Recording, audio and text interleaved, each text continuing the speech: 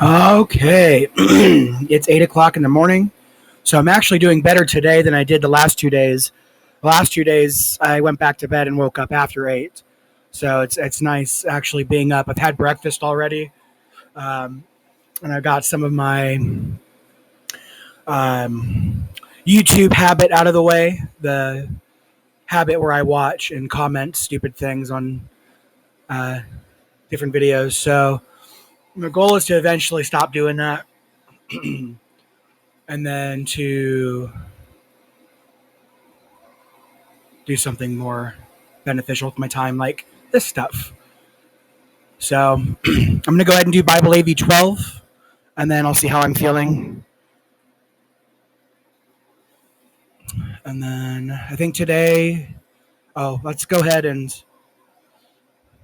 start the next day. Let's do it here. 9, 1, 1, 2023. Okay. Okay, so then for this, be biscuits,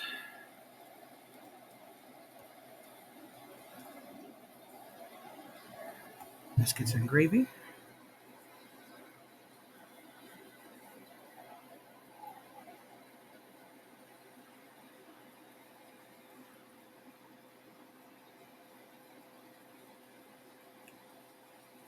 All right. Cool. So, Bible AV12 goes to chapter 18. So, JW.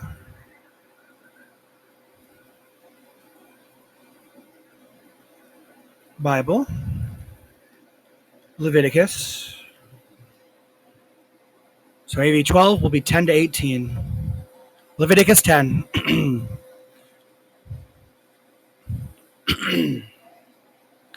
Later, Aaron's sons, Nadab and Abihu, each took his fire holder. Hold on one sec.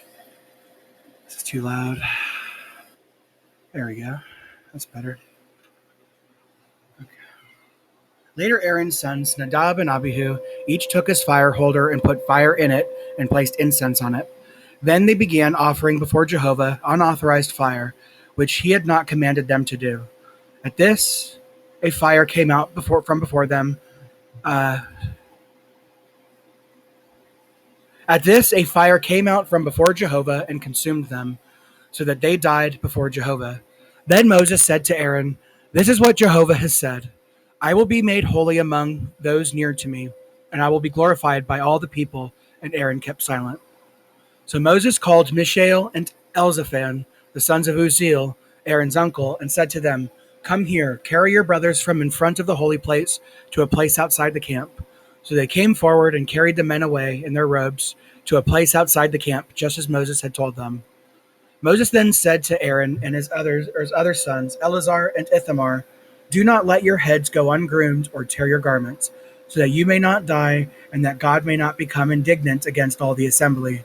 Your brothers of the whole house of Israel will weep over those whom Jehovah has killed by the fire. You must not go out from the entrance of the tent of meeting, or you will die, for Jehovah's anointing oil is upon you." So they did according to Moses' word. Then Jehovah said to Aaron, "Do not drink wine or other alcoholic beverages, and you and your sons with you, when you come into the tent of meeting, so that you will not die. It is a permanent statute for your generations. This is to distinguish between the holy thing and the profane, and between the unclean thing and the clean, and to teach the Israelites all the regulations that Jehovah has spoken to them through Moses." Then Moses spoke to Aaron and to Eleazar and Ithamar, his sons who were left. "Take what was left of the grain offering from Jehovah's offerings made by fire, and eat it as unleavened bread near the altar, because it is something most holy. You must eat it in a holy place, because it is your allowance and the allowance of your sons from Jehovah's offerings made by fire, for this is what I have been commanded. You will also eat the breast of the wave offering and the leg of the sacred portion in a clean place, you and your sons and your daughters with you, because these things have been given as your allowance, and the allowance of your sons from the communion sacrifices of the Israelites. They will bring the leg of the sacred portion and the breast of the wave offering, along with the offerings of fat made by fire, in order to wave the wave offering back and forth before Jehovah, and it will serve as a permanent allowance for you and your sons with you, just as Jehovah has commanded. And Moses diligently searched for the goat of the sin offering, and he discovered that it had been burnt up.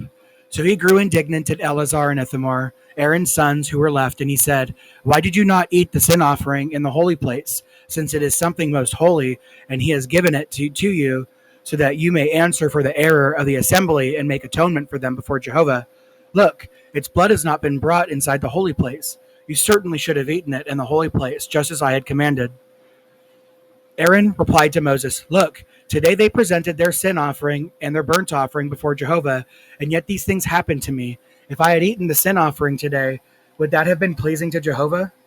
When Moses heard that, he was satisfied. Leviticus 11. Then Jehovah said to Moses and Aaron, "Tell the Israelites, these are the living creatures of the earth that you may eat. Every animal that has a split hoof and a cleft in its hoofs, and that chews the cud may be eaten. But you must not eat these animals that chew the cud or have a split hoof. The camel, which chews the cud but does not have a split hoof, it is unclean for you. Also the rock badger, because it chews the cud but does not have a split hoof, it is unclean for you. Also the hare, because it chews the cud but does not have a split hoof, it is unclean for you. Also the pig, because it has a split hoof and a cleft in the hoof, but does not chew the cud, it is unclean for you. You must not eat any of their flesh or touch their dead body. They are unclean for you. This is what you may eat of everything in the waters. Anything in the waters that has fins and scales, whether in the seas or in the rivers, it you may eat. But anything in the seas and in the rivers that has no fins and scales, among all the swarming creatures and of every other living creature that is in the waters, it is a loathsome thing for you. Yes, they should be loathsome to you, and you must not eat any of their flesh, and you must loathe their carcasses.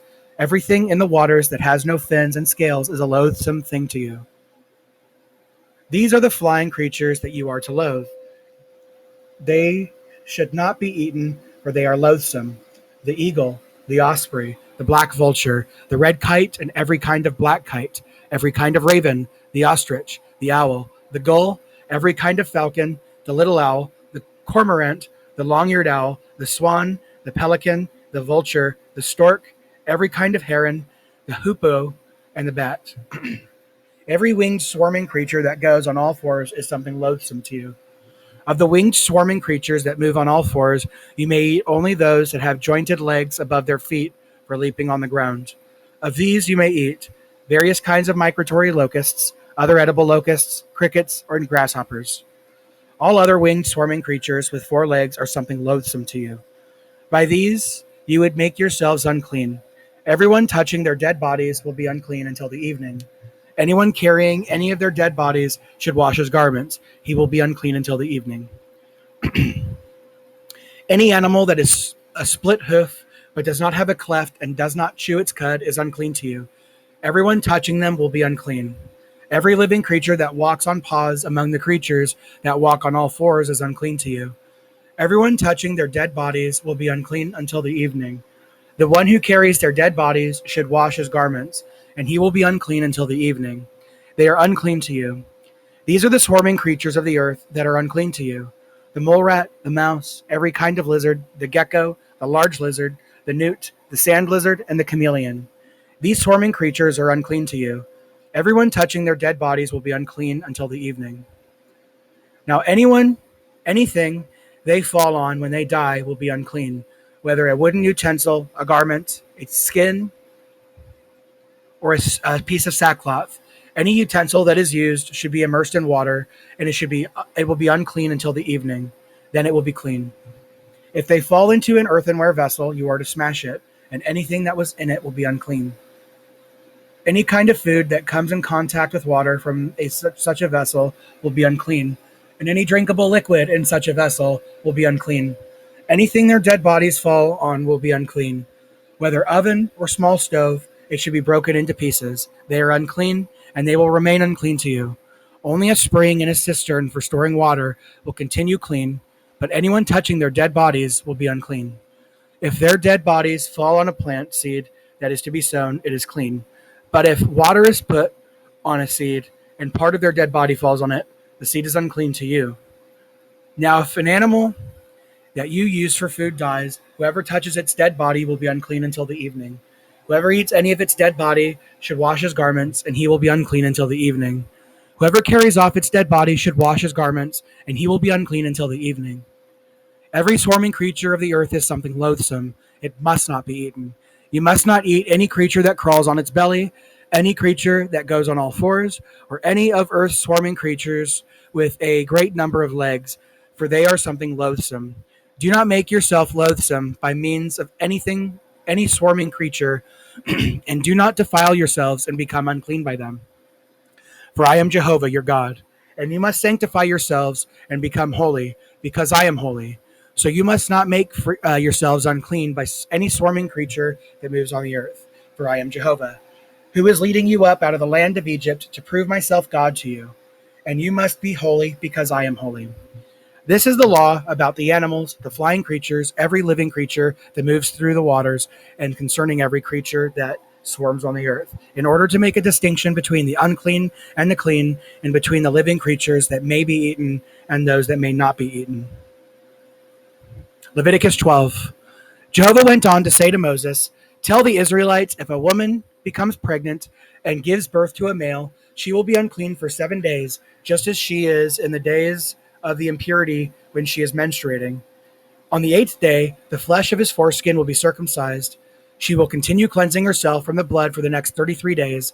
She should not touch any holy thing, and she should not come into the holy place until she fulfills the days of her purification. If she should give birth to a female, she will then be unclean for 14 days, just as she would be during her menstruation. She will continue cleansing herself from the blood for the next 66 days. When the days of her purification for a son or a daughter are completed, she will bring a young ram in its first year for a burnt offering, and a young pigeon or a turtle dove for a sin offering to the entrance of the tent of meeting to the priest. He will present it before Jehovah and make atonement for her, and she will be clean from her flow of blood.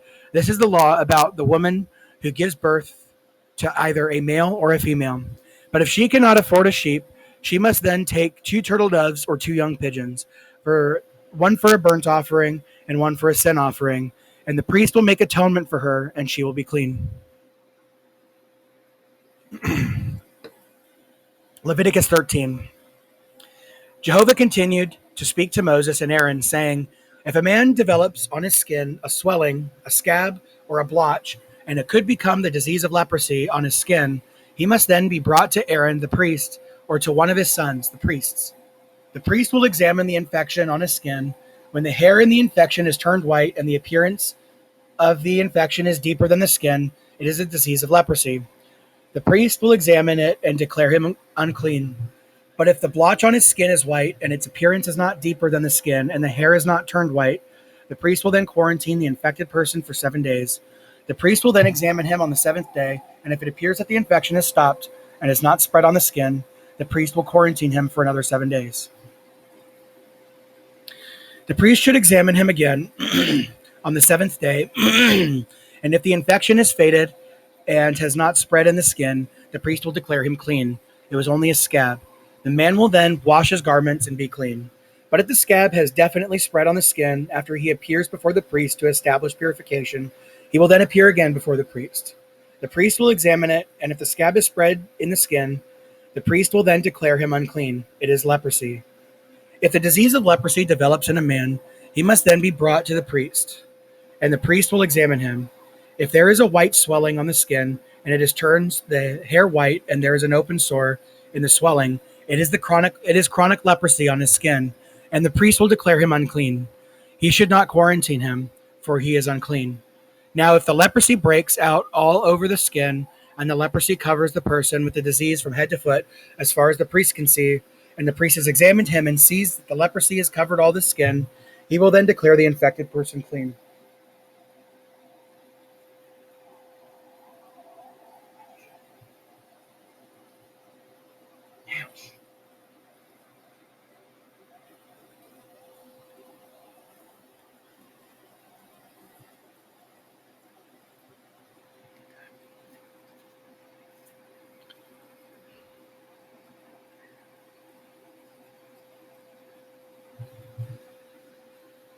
all of it is turned white, and he is clean.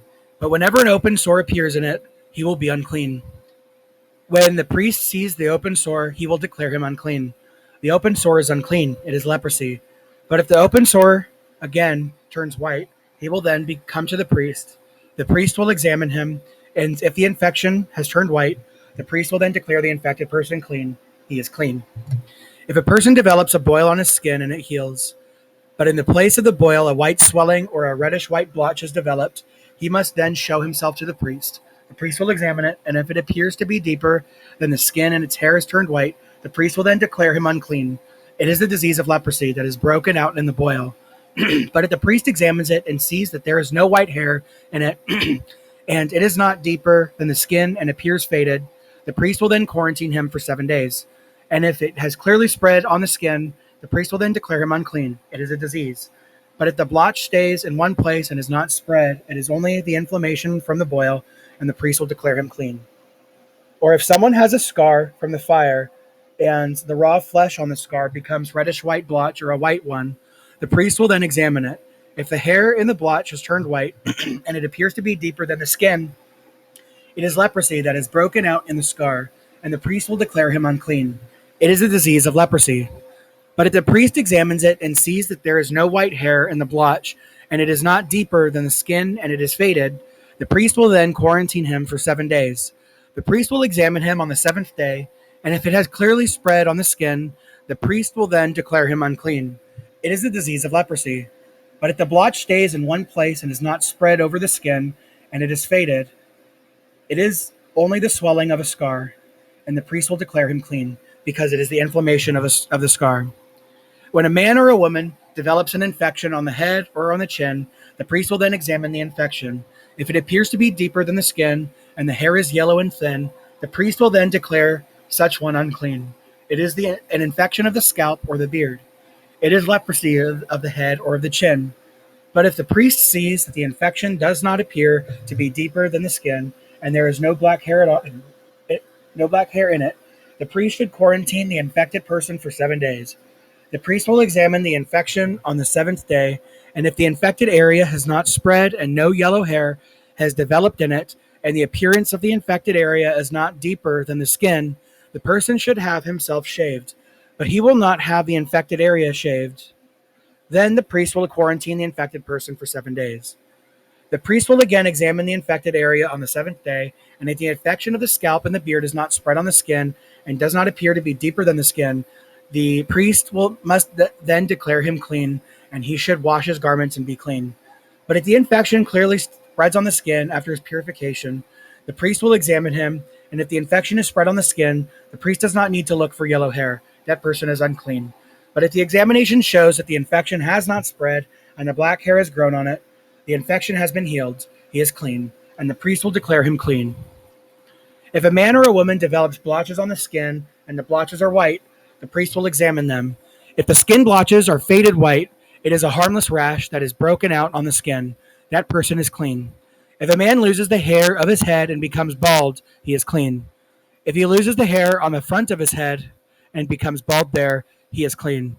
But if a reddish-white sore develops on the bald part of his scalp or on his forehead, it is leprosy breaking out on the scalp or on his forehead.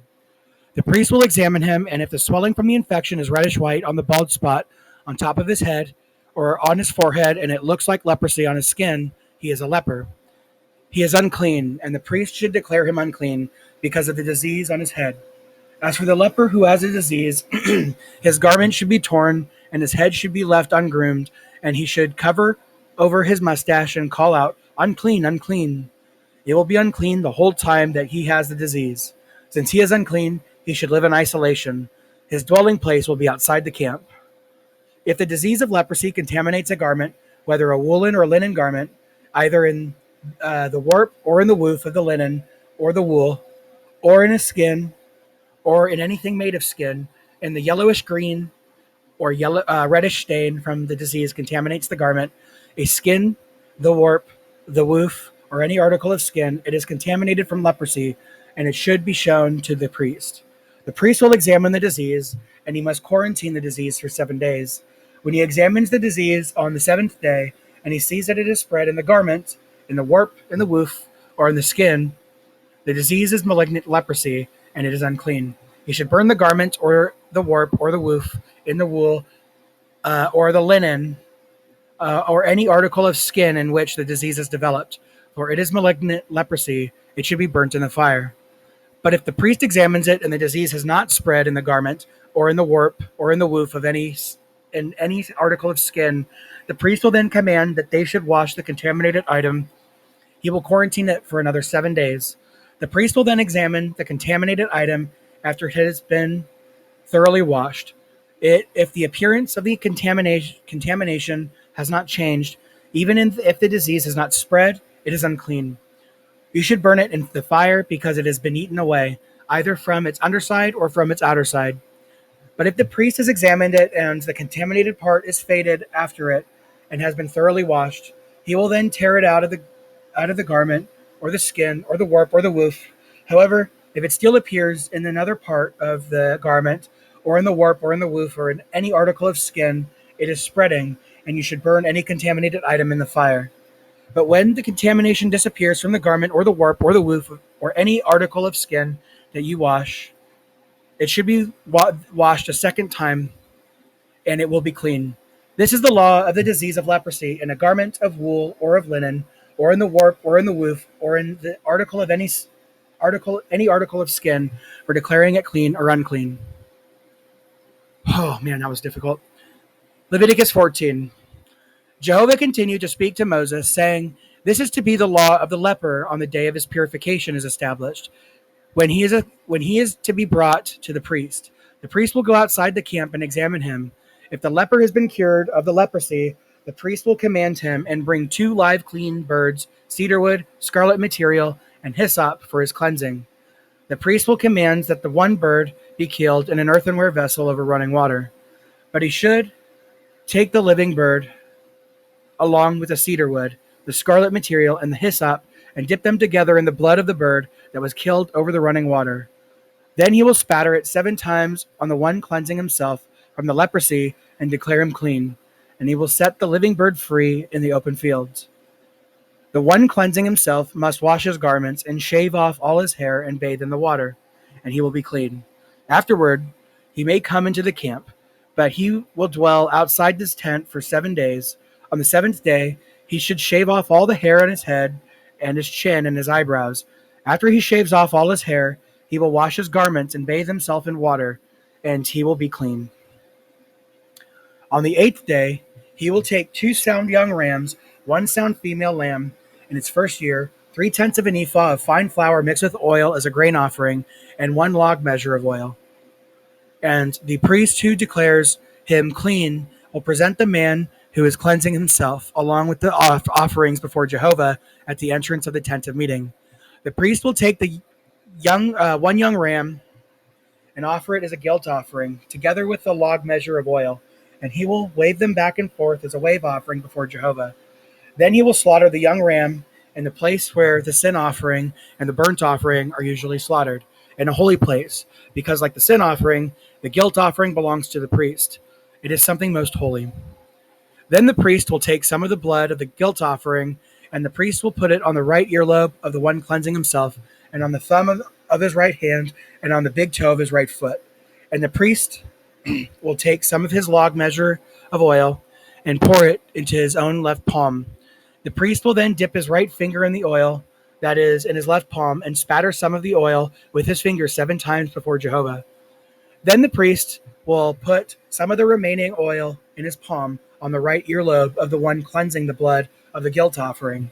The priest will put what is left over of the oil in his palm on the head of the one cleansing himself, and the priest will make atonement for him before Jehovah. The priest will sacrifice the sin offering and make atonement for the one cleansing himself from his impurity, and afterward he will slaughter the burnt offering. And the priest will offer up the burnt offering and the grain offering on the altar, and the priest will make atonement for him, and he will be clean. However, if he is poor and does not have enough means, he will then take 1 young ram as a guilt offering for a wave offering in order to make atonement for himself, along with 1/10 of an ephah of fine flour mixed with oil as a grain offering, a log measure of oil, and 2 turtle doves or 2 young pigeons, according to his means. The one will serve as a sin offering, and the other as a burnt offering.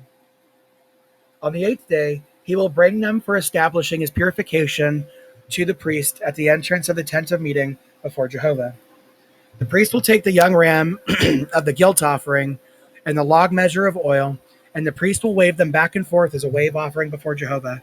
He will then slaughter the young ram of the guilt offering, and the priest will take some of the blood of the guilt offering and put it on the right earlobe of the one cleansing himself, and on the thumb of his right hand, on the big toe of his right foot.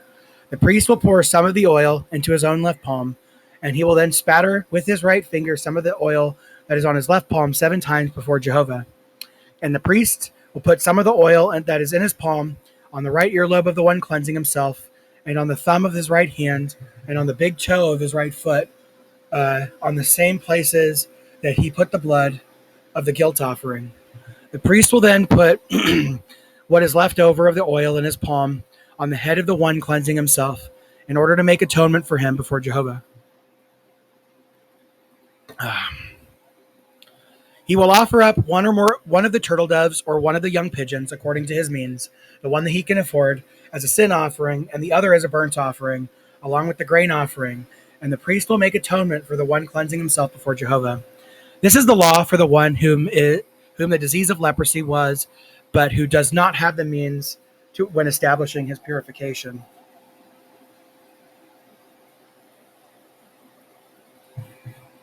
Then Jehovah said to Moses and Aaron, "When you come into the land of Canaan, which I am giving you as a possession, and I contaminate a house of your land in your land with the disease of leprosy, the one in whom the house belongs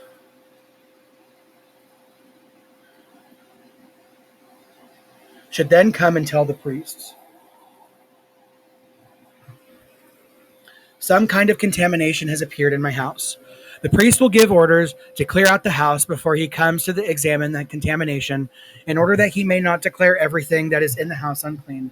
And after that, the priest will come in to inspect the house. He will examine the affected area, and if the walls of the house are contaminated with yellowish green or reddish depressions, and they appear to be deeper than the wall surface, the priest will then go out of the house to the entryway of the house and quarantine the house for 7 days. Then the priest will return on the 7th day and make an inspection. If the contamination has spread on the walls of the house, the priest will then give orders, and the contaminated stones must be torn out and thrown outside the city into an unclean place. Then he is to have the inside of the house thoroughly scraped, and the plaster and mortar that is removed should be discarded outside the city in an unclean place. Then they will insert other stones in the place of the stones they removed, and he should use different mortar and have the house plastered.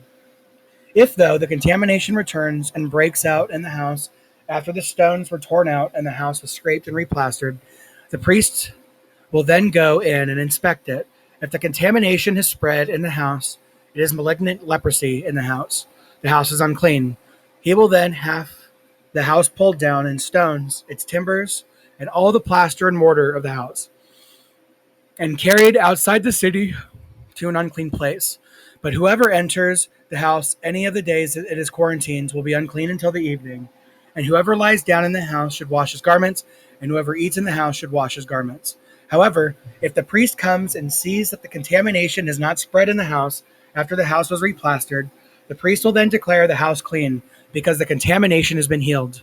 In order to purify the house from uncleanness, he will take 2 birds, cedarwood, scarlet material, and hyssop. He is to kill the one bird in an earthenware vessel over the running water. Then he will take the cedarwood, the hyssop, the scarlet material, and the live bird, and dip them in the blood of the bird that was killed and in the running water. And he must spatter it toward the house 7 times. And he will purify the house from uncleanness with the blood of the bird, the running water, the live bird, the cedarwood, the hyssop, and the scarlet material. He will then set the live bird free outside the city in an open field and make atonement for the house, and it will be clean. This is the law respecting any case of leprosy, infection of the scalp or the beard, leprosy of the garment or the house, and respecting swellings, scabs, and splotches, in order to determine when something is unclean and when something is clean. This is the law about leprosy. Leviticus 15. Jehovah continued to speak to Moses and Aaron, saying, "Speak to the Israelites and tell them, if a man has a discharge from his genital organ, this discharge makes him unclean. He is unclean from the discharge. Whether the discharge continues to flow from his genitals or is obstructed, he is still unclean. Any bed that the one with the discharge lies on will be unclean, and anything he sits on will be unclean. Any man who touches his bed must wash his garments, and he should bathe in water and be unclean until the evening. Anyone who sits on an article that the one having a discharge sat on should wash his garments, bathe in water, and be unclean until the evening. Whoever touches the flesh of the one having a discharge should wash his garments, bathe in water, and be unclean until the evening. If the one who has a discharge spits on someone clean, that person must wash his garments, bathe in water, and be unclean until the evening. Any saddle that the one with the discharge rides on will be unclean. Anyone touching anything that was under him will be unclean until the evening, and anyone who carries those items will wash his garments, bathe in water, and be unclean until the evening. If the one with the discharge has not washed his hands in water and he touches someone, that person must then wash his garments, bathe in water, and be unclean until the evening. An earthenware vessel that the one having a discharge touches should be smashed, and any wooden vessel should be washed with water. When the discharge stops and the person becomes clean from it, he will then count 7 days for his purification, and he must wash his garments, bathe himself in running water, and he will be clean. On the 8th day, he should take 2 turtle doves or 2 young pigeons and come before Jehovah at the entrance of the tent of meeting and give them to the priest. And the priest will offer them. The one is a sin offering and the other is a burnt offering. And the priest will make atonement for him before Jehovah concerning his discharge. Now, if a man has an emission of semen, he must bathe his whole body in water and be unclean until the evening. He must wash with water any garment and any skin with semen on it, and it will be unclean until the evening. When a man lies with a woman and has an emission of semen, they should bathe in water and be unclean until the evening. If a woman has a discharge of blood from her body, she will continue in her menstrual impurity for 7 days. If anyone touching her will be unclean until the evening.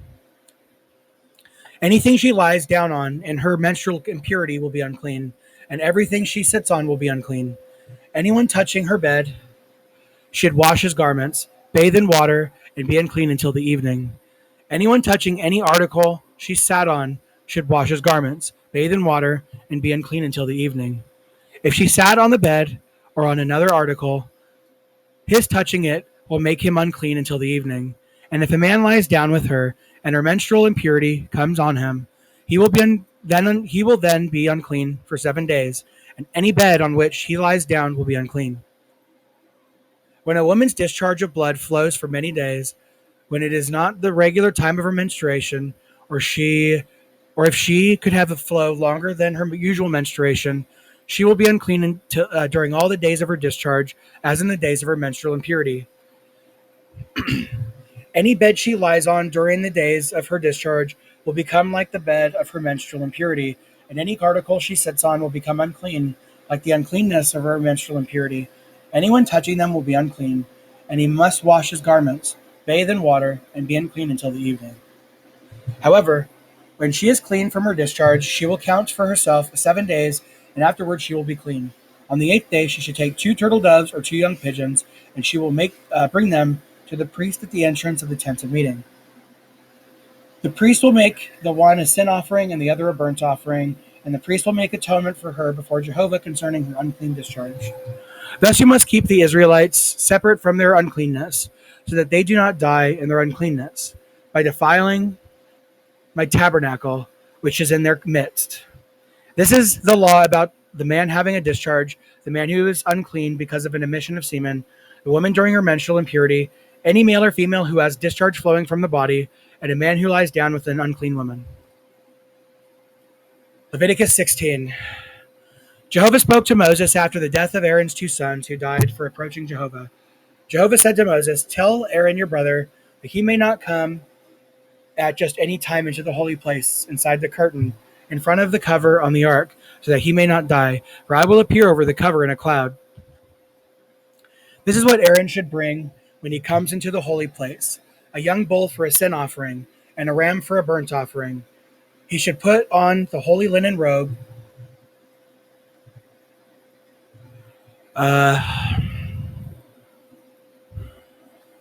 the linen shorts should cover his body, and he should wrap himself with the linen sash, and his head with the linen turban.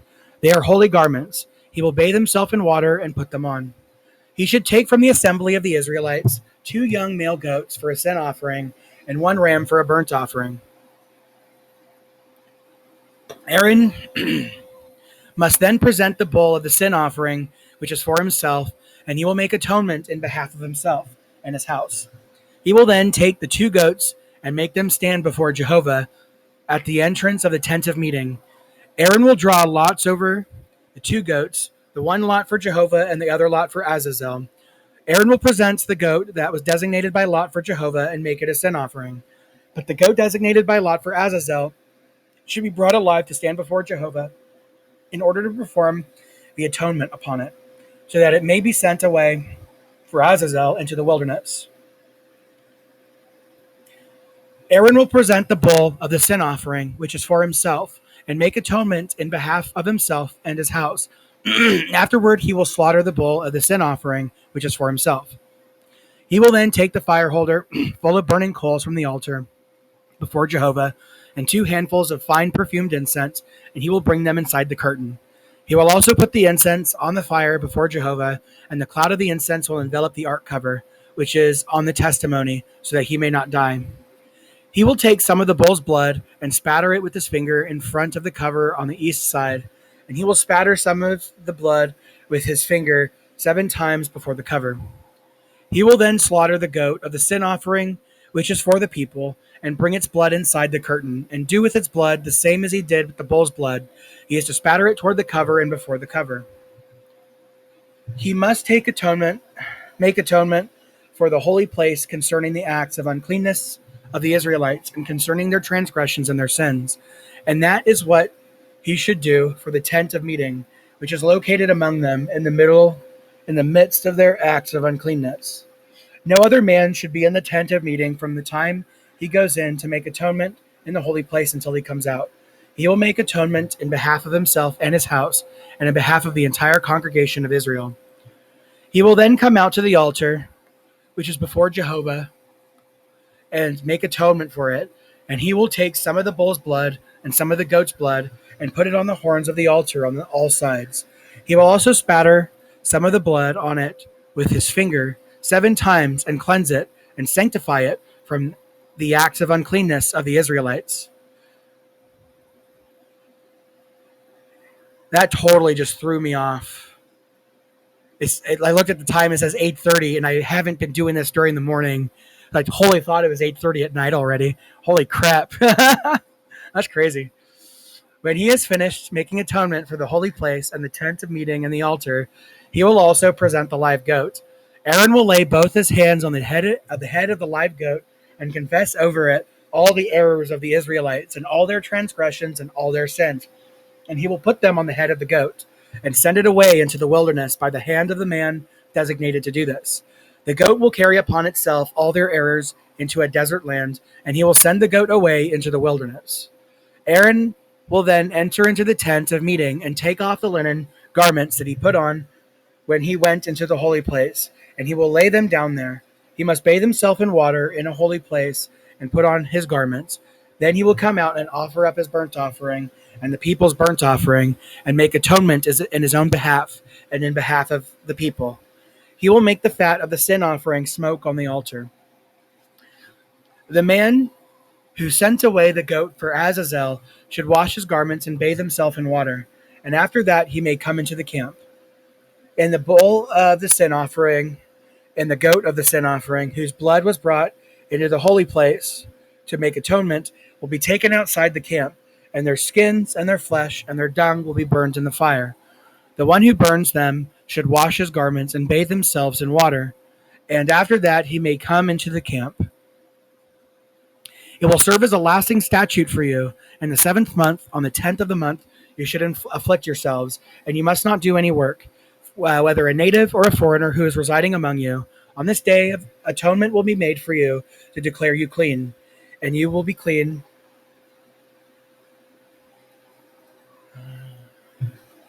from all your sins before Jehovah.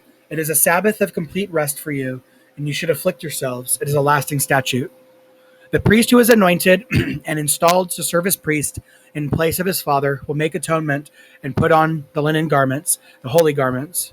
He will make atonement for the holy sanctuary, the tent of meeting, and the altar, and he will make atonement for the priests and for all the people of the congregation. This will serve as a lasting statute for you to make atonement for the Israelites concerning all their sins once each year. So he did just as Jehovah had commanded Moses. Leviticus 17. Jehovah went on to say to Moses, speak to Aaron. Dang it.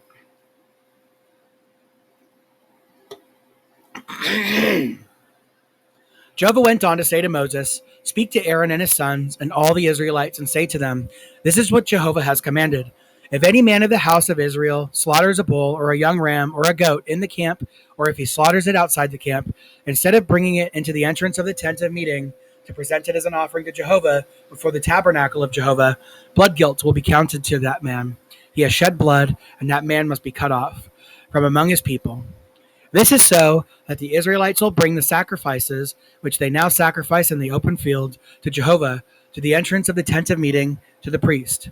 They are to sacrifice these as communion sacrifices to Jehovah, and the priest will sprinkle the blood on Jehovah's altar at the entrance of the tent of meeting, and make the fat smoke as a pleasing aroma to Jehovah. So they should no longer offer sacrifices to the goat-like demons with which they were prostituting themselves. This will serve as a lasting statute for you throughout your generations. You should say to them, any man of the house of Israel or any foreigner who is residing in your midst, who offers up a burnt offering or a sacrifice and does not bring it to the entrance of the tent of meeting to offer it to Jehovah, must be cut off from his people. If any man If any man of the house of Israel or any foreigner who is residing in your midst eats any sort of blood, I will certainly set my face against the one who is eating the blood, and I will cut him off from among his people. For the life of the flesh is in the blood, and I myself have given it on the altar for you to make atonement for yourselves, because it is the blood that makes atonement by means of the life in it. That is why I have said to the Israelites, none of you should eat blood, and no foreigner who is residing in your midst should eat blood. If anyone, or if one of the Israelites or some foreigner who is residing in your midst is hunting and catches a wild animal or a bird that may be eaten, he must pour its blood out and cover it with dust. For the life of every sort of flesh is its blood, because the life is in it. The life is in it.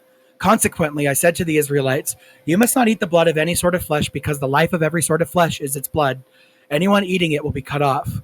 If anyone whether a native or a foreigner eats an animal found dead or one torn by a wild animal, he must then wash his garments and bathe in water and be unclean until the evening. Then he will be clean. But if he does not wash them and does not bathe himself, he will answer for his error. Leviticus 18. Jehovah continued to speak to Moses, saying, speak to the Israelites and say to them, I am Jehovah your God. You must not behave as they do in the land of Egypt, where you were dwelling, and you must not do what they do in the land of Canaan, where I am bringing you, and you must not walk in their statutes. You should carry out my judicial decisions, and you should keep my statutes and walk in them. I am Jehovah your God. You must keep my statutes and my judicial decisions. Anyone who does so will live by means of them. I am Jehovah. No man among you should approach any of his close relatives to have sexual relations. I am Jehovah.